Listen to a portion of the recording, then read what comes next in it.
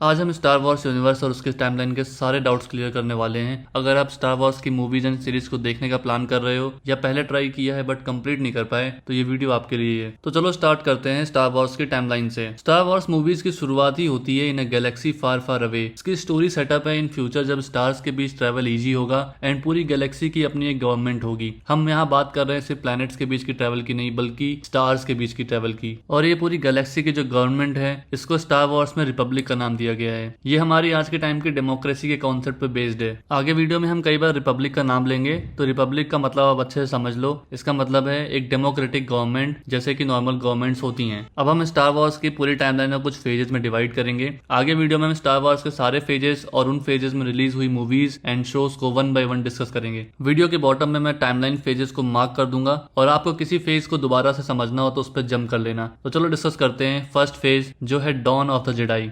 Don of the Jedi यानी कि Jedi युग का प्रारंभ। जेडाई स्टार वॉर्स यूनिवर्स में उन वॉरियर्स को बोलते हैं जो काफी डिसिप्लिन्ड हैं, गैलेक्सी में पीस और जस्टिस मेंटेन करने का काम करते हैं। वो बुरी शक्तियों से फाइट करते हैं एंड नेचर की कुछ पावर्स को यूज कर पाते हैं। इस फेज में Jedi order and discipline establish होता है। जेडाई ऑर्डर यानी कि जेडाई वॉरियर्स का purpose, way of living and teaching the Jedi code. इस फेज में एक गैलेक्टिक सिविलाइजेशन भी फॉर्म होती है जिसमें पूरी गैलेक्सी में डिफरेंट स्टार्स एंड प्लैनेट्स के बीच कनेक्शन स्टैब्लिश होते हैं। डॉन ऑफ द जेडाई करीब 10,000 साल लंबा फेज है और इसके नेक्स्ट फेज में first galactic government, Star Wars की लैंग्वेज में बोले तो रिपब्लिक, फॉर्म होती है। तो basically dawn of the Jedi सबसे बिगिनिंग फेज है स्टार वॉर्स का और इसका जो सबसे मेन इवेंट्स है वो है जेडाई वॉरियर्स का एस्टेब्लिशमेंट, पूरी गैलेक्सी में एक सिविलाइजेशन बिल्ड होना और इस फेज के एंड में एक गैलेक्टिक गवर्नमेंट यानी कि रिपब्लिक का फॉर्म होना। अभी तक इस फेज से स्टार वॉर्स की कोई मूवी और सीरीज नहीं बनी है तो चलो चलते हैं अपने नेक्स्ट फेज की तरफ। स्टार वॉर्स में नेक्स्ट फेज का नाम है ओल्ड रिपब्लिक एरा। नाम से पता चलता है कि ये पुराना यानी कि फर्स्ट रिपब्लिक के टाइम का एरा है जब पूरी गैलेक्सी में फर्स्ट टाइम एक गवर्नमेंट स्टैब्लिश हुई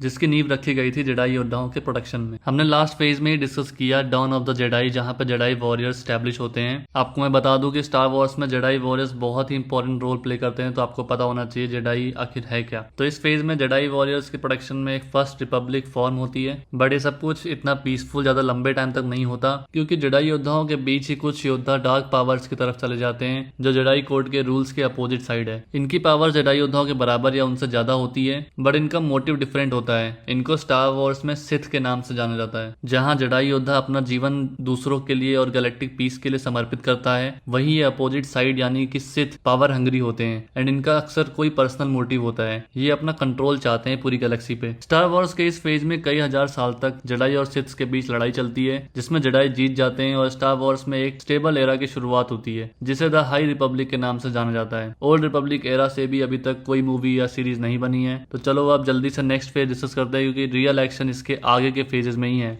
स्टार वॉर्स टाइमलाइन के नेक्स्ट फेज को द हाई रिपब्लिक के नाम से जानते हैं। ओल्ड रिपब्लिक एरा में जब जेडाई योद्धा फाइनली जीत जाते हैं तो वो काफी लंबे टाइम तक पीस मेंटेन कर पाते हैं पूरी गैलेक्सी में। आप जेडाई वॉरियर्स को गैलेक्टिक गवर्नमेंट की एक स्ट्रॉन्ग आर्मी यूनिट की तरह मान सकते हो जो कि गवर्नमेंट की हेल्प करती है पूरे गैलेक्सी में पीस बनाए रखने के लिए। इस फेज को जेडाई और रिपब्लिक का गोल्डन एज बोल सकते हैं क्योंकि इस फेज में पीस है, गवर्नमेंट अपनी रीच दूर दूर तक गैलेक्सी में फैला रही है, सब कुछ जेडाई ऑर्डर के प्रोटेक्शन में सही चल रहा है। बट क्या वर्ल्ड में हमेशा ऐसा होता है कि पीस बनी रहे? क्योंकि जेडाई योद्धाओं के नाक के नीचे सीक्रेटली सिथ लॉर्ड्स अपनी स्ट्रेंथ बढ़ा रहे हैं और इस फेज के एंड के साथ ही जेडाई ऑर्डर का भी एंड होता है और स्टार वॉर्स का सबसे इंपॉर्टेंट फेज स्टार्ट होता है जिसे बोलते हैं फॉल ऑफ द जेडाई। इस फेज के बाद से स्टार वॉर्स में मेन एक्शन स्टार्ट होता है क्योंकि इसके बाद काफी इंटरेस्टिंग मूवीज एंड सीरीज हैं। चलो डिस्कस करते हैं।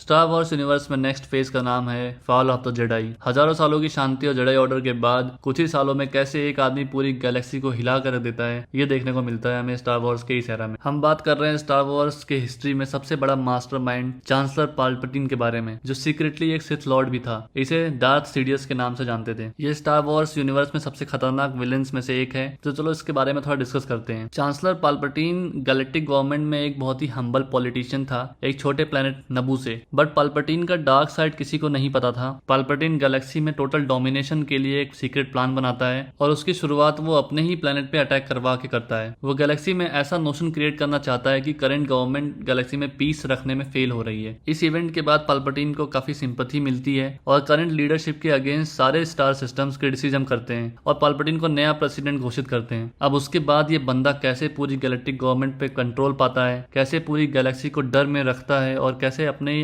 आपको एम्परर घोषित करता है। ये सब कुछ देखना बहुत ज्यादा इंटरेस्टिंग है। आपको proper strategy and mind games देखने को मिलेगा। पाल्पटीन यानी कि डार्थ सीडियस का बहुत बड़ा गोल होता है जेडाई योद्धाओं को खत्म करना, क्योंकि ये जेडाई ही हैं जो उसे टक्कर दे सकते थे और उसके प्लान्स को फेल कर सकते थे। इस फेज के एंड में पाल्पटीन जेडाई वॉरियर्स को हराने में कामयाब होता है और इसके बाद नेक्स्ट एरा स्टार्ट होता है जिसमें गैलेक्टिक रिपब्लिक कन्वर्ट हो जाती है गैलेक्टिक एम्पायर में, जिसका सोल एम्परर है Palpatine. Fall of the Jedi phase में स्टार वॉर्स की 3 मेन मूवीज हैं और 2 super high quality animated series हैं। इस फेज की पहली मूवी है Star Wars episode 1 the Phantom Menace. ये मूवी चांसलर पाल्पटीन के बारे में है और वो कैसे पावर गेन करता है पूरी गैलेक्सी पे। हम इस मूवी में एनाकिन स्काईवॉकर का चाइल्डहुड को भी देखते हैं। एनाकिन स्काईवॉकर एक बहुत ही इंपॉर्टेंट कैरेक्टर है स्टार वॉर्स में, जो कि आपको भी आगे पता चलेगा। स्टार वॉर्स एपिसोड 1 मूवी के बाद टाइमलाइन में सेकंड नंबर पे एक एनिमेटेड शो है जिसका नाम है Star Wars Tales of the Jedi. इसमें Star Wars movies episode 1 and 2 के बीच की स्टोरी है जो गैप्स को फिल करती है और हमें कुछ बैक स्टोरी देखने को मिलती है कुछ बड़े कैरेक्टर्स के बारे में, जैसे कि अशोका और काउंट डूकू। टाइमलाइन में थर्ड नंबर पे है स्टार वॉर्स मूवी एपिसोड 2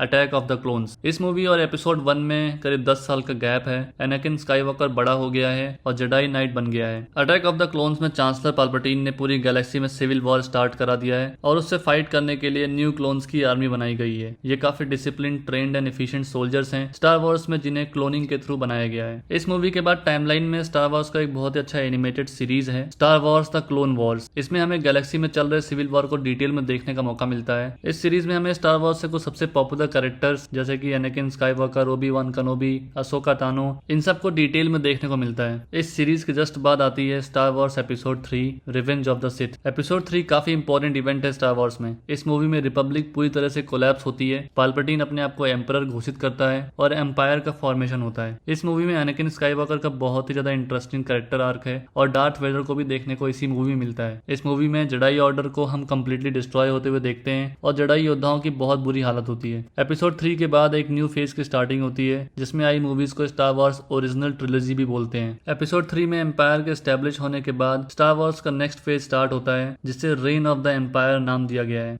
इस फेज के नाम यानी रेन ऑफ द एम्पायर से समझ में आता है कि एम्पायर काफी मजबूत हो गया है इस फेज में और गैलेक्सी में अब कोई रिपब्लिक नहीं है। बचे हुए जेडाई नाइट्स को भी मारा जा रहा है और गैलेक्सी में डार्कनेस फैली हुई है। इस फेज में फर्स्ट शो हमें देखने को मिलता है द बैड बैच, जो कि एक मास्टरपीस से कम नहीं है। ये शो है कुछ ऐसे क्लोन ट्रूप्स के ऊपर जिनके क्लोनिंग के टाइम कुछ जीन अल्ट्रेशन हो जाते हैं और उन्हें कुछ डिफरेंट एबिलिटीज मिलती हैं। ये नॉर्मल क्लोन ट्रूप्स की तरह ओबीडियंट नहीं होते हैं और ऑर्डर्स को फॉलो नहीं करते हैं। ये चीजों को क्वेश्चन करते हैं और इनकी स्टोरी काफी इंटरेस्टिंग है। ये क्लोन वॉर्स के बाद का सेटअप है, तो इनके थ्रू हमें ये भी देखने को मिलता है कि गैलेक्सी में अभी क्या सिचुएशन है क्लोन वॉर्स के बाद। और इस शो के इवेंट्स के बाद जो नेक्स्ट मूवी सेटअप है वो है स्टार वॉर्स हान सोलो, जो कि स्टार वॉर्स में काफी इंपॉर्टेंट कैरेक्टर है। एम्पायर के रूल के अंडर क्राइम वर्ल्ड के बीच वो कैसे नेविगेट करता है और कैसे वो पॉपुलैरिटी गेन करता है। अगर आपने स्टार वॉर्स से कोई मूवी देखी है तो आपको हान सोलो के मिलेनियम फाल्कन के बारे में जरूर पता होगा। वो शिप हान सोलो को इसी मूवी में मिलता है। हान सोलो एक इंपॉर्टेंट कैरेक्टर है नेक्स्ट फेज की मूवीज में, जहां पे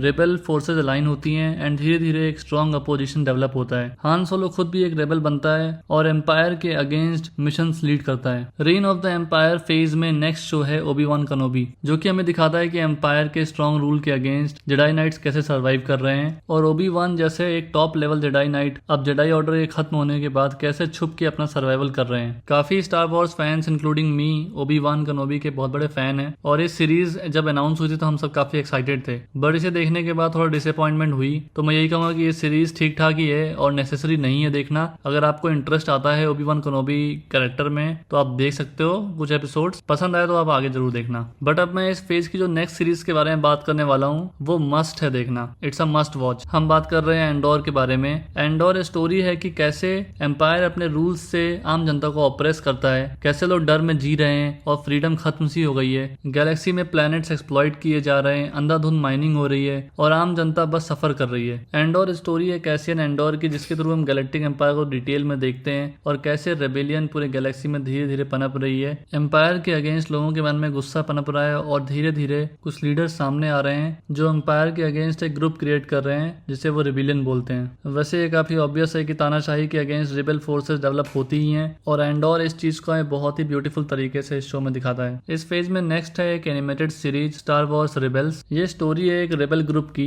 और कैसे वो सीक्रेटली एम्पायर के अगेंस्ट फाइट कर रहे हैं। इस स्टोरी के थ्रू हम देखते हैं कि कैसे पूरी गैलेक्सी में जगह जगह रेबल्स फॉर्म हो रहे हैं और फाइनली एक होप नजर आती है कि रेबल्स एम्पायर के अगेंस्ट फाइट बैक कर सकते हैं। देखो, स्टार वॉर्स में मूवीज और सीरीज के अलावा इनकी एनिमेटेड सीरीज भी काफी अच्छी होती हैं, तो मैं कहूंगा कि आप पहले क्लोन वॉर्स देखना। अगर आपको क्लोन वॉर्स एनिमेटेड सीरीज अच्छी लगती है तो आप रेबल्स को भी देख सकते हो। अब reign of the empire era की लास्ट मूवी जो स्टार वॉर्स की है वो है स्टार वॉर्स रोग वन, और अगेन ये मूवी मस्ट वॉच है। ये एक मास्टरपीस मूवी है। इस मूवी का सेटअप है एंडोर के इवेंट्स के बाद, जब एंडोर एक प्रॉपर रेबल बन चुका है और रेबल फोर्सेस ज्वाइन कर चुका है। इस मूवी की स्टोरी स्टार्ट होती है जब रेबल फोर्सेस को ये पता चलता है कि एम्पायर एक ऐसा वेपन बना रहा है जो किसी प्लेनेट को एक झटके में खत्म कर सकता है। उस वेपन का नाम है डेथ स्टार। तो इस इन्फॉर्मेशन को रिसीव करने के बाद रेबल फोर्सेस की फर्स्ट प्रायोरिटी होती है नए वेपन के बारे में समझना और ज्यादा से ज्यादा जानकारी इसके बारे में जुटाना। इसके लिए वो कुछ रेबल्स को सीक्रेट मिशन पे भेजते हैं ताकि वो डेथ स्टार का एक ब्लूप्रिंट चुरा सकें जो रेबल्स को एम्पायर के अगेंस्ट फाइट बैक करने में हेल्प करेगा। जो रेबल्स मिशन पे जाते हैं वो एम्पायर से बच तो नहीं पाते, लेकिन समहाउ वो किसी तरीके से ब्लूप्रिंट को रेबल अलायंस तक पहुंचा पाते हैं। डेथ स्टार का ये ब्लूप्रिंट बहुत ही इंपॉर्टेंट इन्फॉर्मेशन होती है जो कि रेबल फोर्सेस को फाइट बैक करने में बहुत ज्यादा हेल्प करती है। और इसी के साथ reign of the empire phase का एंड होता है और नेक्स्ट फेज की स्टार्टिंग होती है जो कि है एज ऑफ रेबेलियन, जो कि काफी सेंस बनाता है कि रोग वन के इवेंट्स के बाद रेबेलियन फोर्सेस और ज्यादा अलाइन होती हैं और फाइनली एक स्ट्रॉन्ग अलायंस फॉर्म होता है। स्टार वॉर्स की जो फर्स्ट 3 मूवीज रिलीज हुई थी वो एज ऑफ रेबेलियन फेज की ही हैं और ये ओरिजिनल ट्रिलॉजी के नाम से जानी जाती हैं। ये थोड़ी पुरानी भी लग सकती हैं क्योंकि ये मूवी 1977 से 1983 के बीच बनी थी। ये 3 मूवीज स्टार वॉर्स एपिसोड 4, 5, 6 के नाम से जानी जाती हैं और 4 ईयर के टाइम फ्रेम में कंप्लीट होती हैं। ये मूवीज हैं Star Wars A New Hope यानी कि episode 4, The Empire Strikes Back यानी कि एपिसोड 5 और रिटर्न ऑफ द जेडाई यानी कि एपिसोड 6। इन मूवीज के नेम से ही इनके मेन प्लॉट के बारे में पता चलता है। एपिसोड 4 to 6 में हमें रेबेल फाइट दिखाई गई है एम्पायर के अगेंस्ट और कैसे रेबेल फोर्सेस फाइनली पाल्पटीन को मारने में कामयाब होते हैं और एम्पायर की हार होती है। इसके बाद स्टार वॉर्स में नेक्स्ट एरा स्टार्ट होता है जिसका नाम है द न्यू रिपब्लिक। एम्पायर के डिफीट होने के बाद एक नई रिपब्लिक का फॉर्मेशन होता है, बट पूरी गैलेक्सी को रीयूनाइट करने का चैलेंज काफी बड़ा है। अभी एम्पायर भी पूरी तरह से खत्म नहीं हुआ है और कई सारे एम्पायर के जनरल्स अभी भी फाइट बैक कर रहे हैं और पॉसिबल है कि पीस ज्यादा टाइम ना चले। द न्यू रिपब्लिक एरा से रिसेंट में 3 सीरीज आई हैं जिसमें से फर्स्ट वन काफी पॉपुलर है और आपने सुना होगा। हम बात कर रहे हैं द मैंडेलोरियन के बारे में। मैंडेलोरियन पोस्ट एम्पायर एरा में एक बाउंटी हंटर की स्टोरी है जो गैलेक्सी में पैसों के लिए काम करता है। उसके एडवेंचर्स के थ्रू हमें द न्यू रिपब्लिक एरा को करीब से देखने का मौका मिलता है। इस फेज में मैंडेलोरियन के अलावा the book of Boba Fett and Ashoka series भी अवेलेबल है। अशोका के काफी सारे फैंस हैं। आप जब क्लोन वॉर्स देखोगे तो आप भी फैन बन जाओगे। तो काफी लोग एक्साइटेड थे अशोका सीरीज के लिए। इस सीरीज में अशोका अपने जेडाई ड्यूटीज को कंप्लीट करते हुए इस न्यू रिपब्लिक के अगेंस्ट जो थ्रेट्स हैं उनको एलिमिनेट करने का कोशिश करती है ताकि गैलेक्सी में इतने दिनों के बाद जो पीस स्टैब्लिश हुई है ये ऐसे ही बनी रहे। एम्पायर को तो हरा दिया, न्यू रिपब्लिक भी फॉर्म हो गई, लेकिन इस न्यू रिपब्लिक के टाइम पे बहुत कम जेडाई ही बचे हैं और बिना जेडाई ऑर्डर के न्यू रिपब्लिक की स्ट्रेंथ कम पड़ गई है और न्यू रिपब्लिक सफिशिएंट नहीं है पूरी गैलेक्सी रन करने के लिए। After the fall of the empire कई सारे हाई रैंक ऑफिसर्स गैलेक्सी के अननोन रीजन्स में छुप गए और धीरे धीरे अपनी मिलिट्री और टेक्नोलॉजी को स्ट्रॉन्ग कर रहे हैं। वो एक न्यू ग्रुप स्टैब्लिश कर रहे हैं जिन्हें वो फर्स्ट ऑर्डर के नाम से बुलाते हैं। ये बात उन्हें भी पता है कि अभी जो न्यू रिपब्लिक है वो इतनी स्ट्रॉन्ग नहीं है और एम्पायर फिर से फाइट बैक कर सकता है। फर्स्ट ऑर्डर सीक्रेटली पावरफुल बनता जा रहा है और इसी टाइम स्टार वॉर्स के नेक्स्ट फेज की स्टार्टिंग होती है जिसका नाम ही है rise of the first order. ये स्टार वॉर्स का करंट फेज है जिसमें 3 न्यू मूवीज आई हैं। फर्स्ट मूवी थी episode 7 star Wars the force awakens 2015 में आई थी जो कि एम्पायर के फॉल के 30 इयर्स बाद सेटअप है। इस मूवी में हमें एम्पायर का फर्स्ट ऑर्डर और उसका लीडर काइलो रेन देखने को मिलता है। काइलो रेन भी एक सिथ लॉर्ड है जो कि डार्क फोर्सेस का यूज करता है और star Wars the force awakens में विलन है। हमें इस मूवी में एक और न्यू कैरेक्टर देखने को मिलता है रे, जिसको पता चलता है कि उसके पास कुछ जेडाई पावर्स हैं। इस मूवी में हमें रे की स्टोरी देखने को मिलती है कि कैसे वो अपनी पावर्स को समझती है और फिर फर्स्ट ऑर्डर के अगेंस्ट फाइट बैक करने के लिए रेजिस्टेंस फोर्सेस को ज्वाइन करती है। एपिसोड 7 द फोर्स अवेकेंस को मैं स्टार वॉर्स की one of the best movies में रखता हूँ क्योंकि ये काफी लंबे टाइम के गैप के बाद आई थी और हमें फ्रेश न्यू कैरेक्टर्स और न्यू स्टोरी भी देखने को मिलती है जो कि ओवरऑल काफी अच्छी है। इस फेज में एपिसोड 7 के बाद 2 और मूवीज हैं स्टार वॉर्स की, एपिसोड 8 और 9, जो कि सेम एपिसोड 7 की स्टोरी को कैरी फॉरवर्ड करती हैं और सिमिलर थीम्स से बेस्ड हैं कि कैसे रेजिस्टेंस फर्स्ट ऑर्डर के अगेंस्ट फाइट बैक कर रही है ताकि पूरी गैलेक्सी कहीं फिर से डार्क साइड की तरफ न चली जाए। एपिसोड 8 का नाम है द लास्ट जेडाई, क्योंकि इसमें हमें ल्यूक स्काईवॉकर लास्ट टाइम देखने को मिलता है। वो थोड़ा इमोशनल मोमेंट है। ल्यूक रे को ट्रेन करता है और रे फाइनली एक जेडाई बनती है। और एपिसोड 9 में फाइनल बैटल होती है रेजिस्टेंस एंड फर्स्ट ऑर्डर की। इसमें कौन जीतता है ये आप मूवी में देखना। और इसी के साथ स्टार वॉर्स की टाइमलाइन अब तक की कंप्लीट होती है। स्टार वॉर्स के जितने इंपॉर्टेंट सीरीज, मूवीज और एनिमेटेड शोज थे, मैंने इस वीडियो में ट्राई किया है कि मैं कवर करूं और आपको एक ओवरऑल आइडिया दूं कि स्टार वॉर्स की थीम आखिर है क्या, स्टार वॉर्स की स्टोरी और जो उनके फेजेस हैं, जो उनकी टाइमलाइन है, वो आखिर वर्क कैसे करती है। आई होप आपको इस वीडियो से स्टार वॉर्स को समझने में हेल्प मिली होगी। आप लोग इस वीडियो को सेव करके रख सकते हो। जब भी कोई कंफ्यूजन हो, सही पॉइंट पे जंप करके समझ लेना। अपने फ्रेंड्स को भी ये वीडियो शेयर कर सकते हो जो स्टार वॉर्स अभी तक नहीं देखा है। स्टार वॉर्स देखने से पहले ये वीडियो काफी हेल्प कर सकती है। और हाँ, आप भी वो सभी शोज एंड मूवीज देखो जो मैंने रिकमेंड किया है। मैं एक फाइनल लिस्ट ऑर्डर में वीडियो के एंड में डाल रहा हूँ। चलो then, bye bye, see you in next video.